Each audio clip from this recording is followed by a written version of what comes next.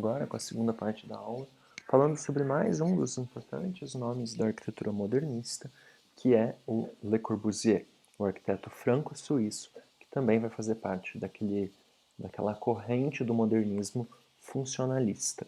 Le Corbusier, ele, então, é nascido na Suíça, mas com cidadania francesa, ele vai percorrer esses dois países, ali, especialmente na primeira metade do século XX, e ele se consagrou não apenas pelas propostas arquitetônicas que ele trouxe, mas também pelas ideias padronizadas, pela tentativa de criar um método novo de se trabalhar com a arquitetura.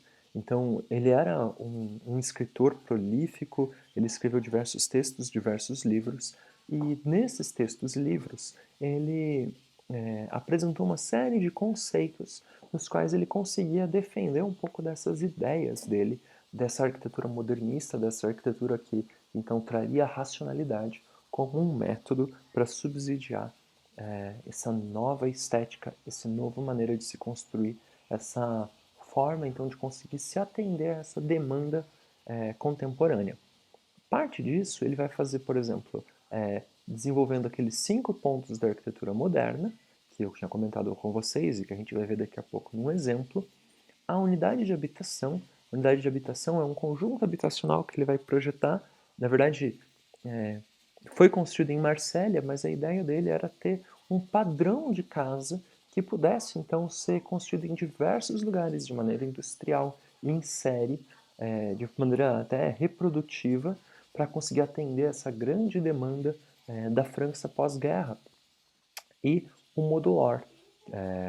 Tem também o sistema Domino, que são algumas das metodologias então, que ele propõe para conseguir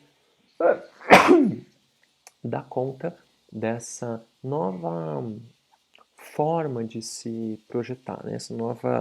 Essas novas demandas da sociedade industrial. Eu destaco aqui para vocês essa frase dele, é uma frase famosa, mas que expressa muito bem as preocupações, as inquietações dele. Ele diz: a casa é uma máquina de morar. E a gente consegue perceber um pouco disso, essa ideia da casa como uma máquina de morar, quando a gente observa, por exemplo, talvez a construção, o projeto mais famoso dele, que seja a Ville Savoie. Ville Savoie é uma casa, é uma vila, né, é uma casa de campo, em um subúrbio de Paris, Poissy-sur-Seine, Poissy, a cidade de Poissy, na margem do rio Sena. É o mesmo rio que vai cruzar Paris. E ali, em 1928, Le Corbusier então vai construir essa casa de campo, na qual ele tem a liberdade, ele tem espaço para tentar apresentar um pouquinho de todas as inovações que ele propõe. E essa é uma casa na qual ele vai justamente tentar aplicar esse conceito da casa como máquina de morar. Aqui ele vai tentar colocar os 5 pontos da arquitetura. Então, ele tem a planta independente da estrutura, a planta é livre. Porque a planta é livre, a fachada também é livre. A fachada não depende da estrutura. Então, ele pode usar a janela em fita, e ele pode erguer a casa sobre pilotis, e ele consegue lá em cima colocar um terraço-jardim.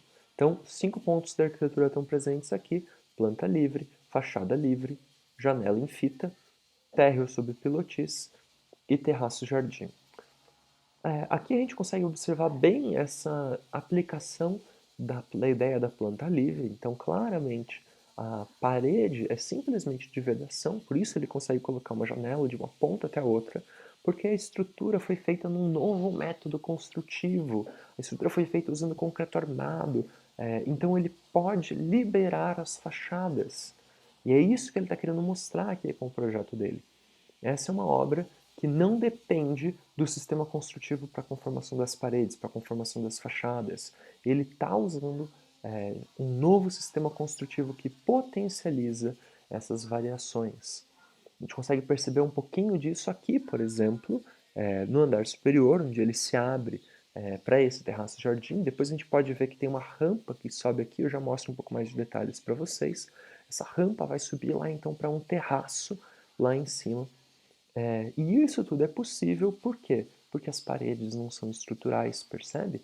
Mesmo aquela janela que a gente tinha visto ela lá de fora, ó, aquela janela ela abre para um pátio, ela não depende da estrutura, ela é uma construção completamente aberta, resultado dos potenciais dessa arquitetura.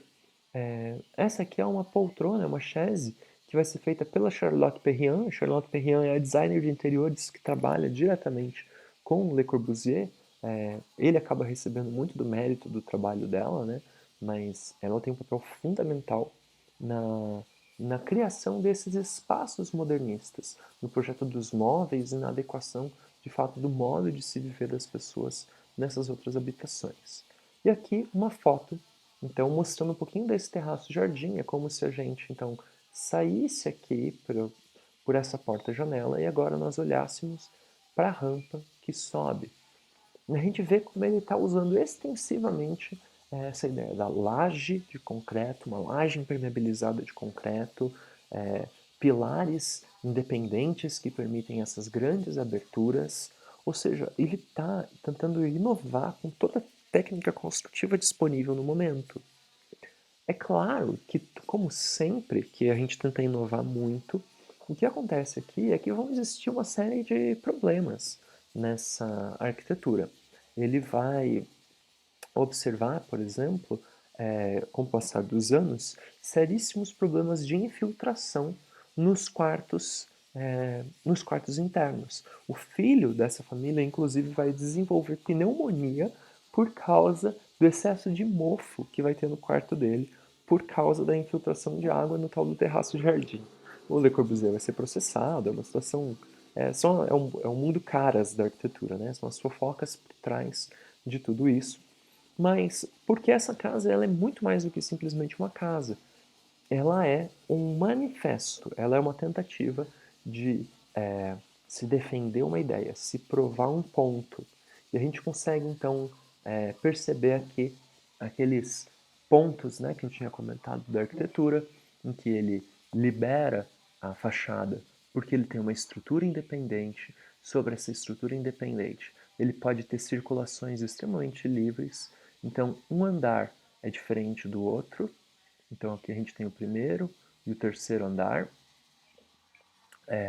O andar intermediário, onde estão os quartos, é completamente diferente. A gente tem essa parede curva aqui, que é por onde o carro vem e faz a volta. É um ponto até inovador dessa casa. Ela tem entrada para carro, ela tem uma garagem. Eu já mostro para vocês como funciona essa garagem no térreo. Mas isso é uma inovação. Ele está trazendo o automóvel para dentro da casa, ele está valorizando as máquinas. Por quê? Porque a casa é uma máquina de morar.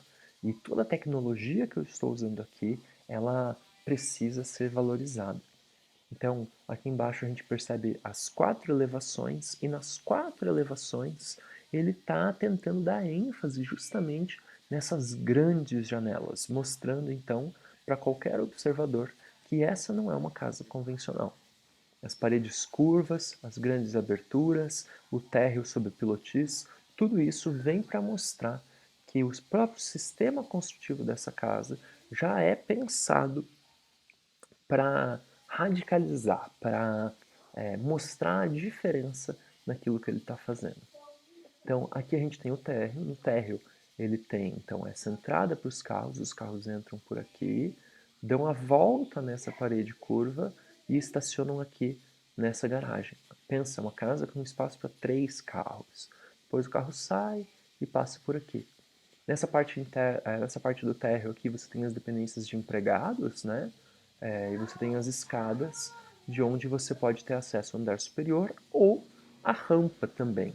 E a rampa é uma característica muito interessante nas obras do Le Corbusier, porque quando você percorre uma rampa, o percurso da rampa vai te dando diferentes vistas da casa.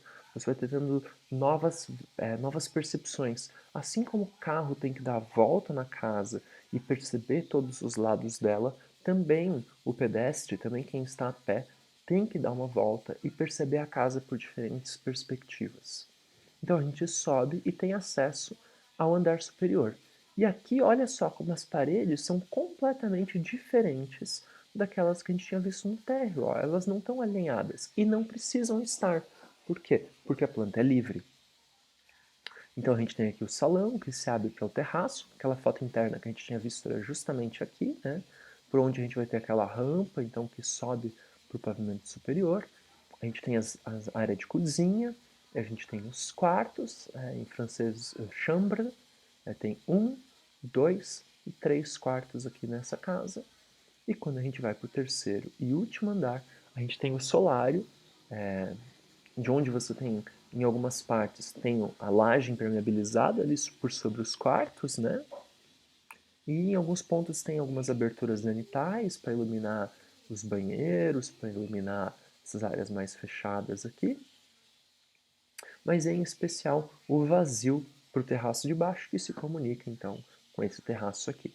Ou seja, essa descontinuidade das plantas, essa intenção dele de fazer cada planta diferente, cada fachada diferente e completamente contra qualquer ideal de simetria, é para evidenciar em cada momento, conforme você percorre essa casa, que ela é diferente de qualquer outra que você já viu.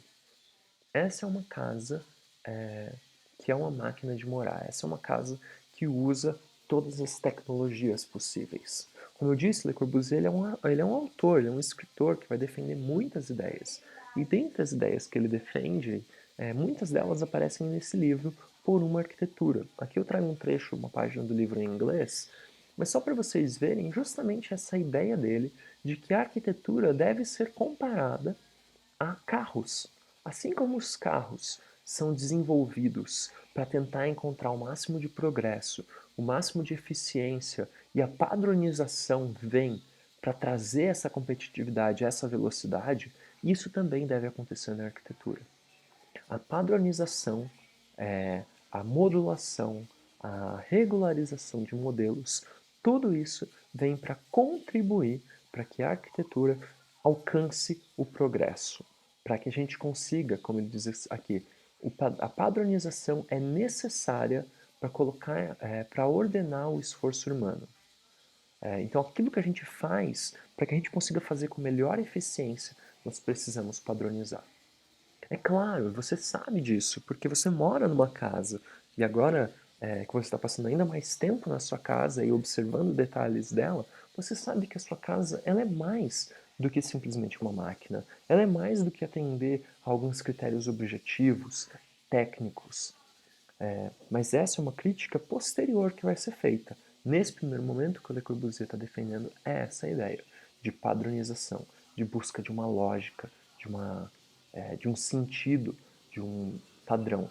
E aqui a gente vê justamente aquilo que eu tinha comentado sobre o modular.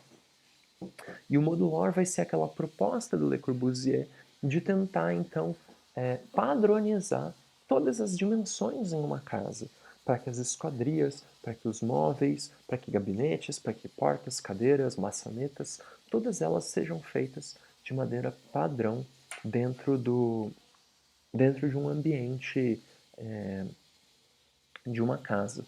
E aqui a gente tem um pouco disso quando a gente vê então essa mesma figura do modular aqui sendo aplicada para a definição, por exemplo, das alturas e diferentes utilizações. Então, altura de uma bancada, de um parapeito, altura da pessoa, até que altura ela alcança quando ela estica o braço. Então, existe toda uma modulação, por isso, inclusive, esse nome do modular, para tentar criar uma lógica em todo o processo construtivo. Mas lembra aquele comentário, né? O modular tem 1,83. Ele está considerando uma pessoa padrão de 1,83. E essa não é a realidade de todo mundo, mas é o que ele vai entender nesse momento. Então, Le Corbusier e a sua ideia de que a casa é uma máquina de morar é justamente essa proposta.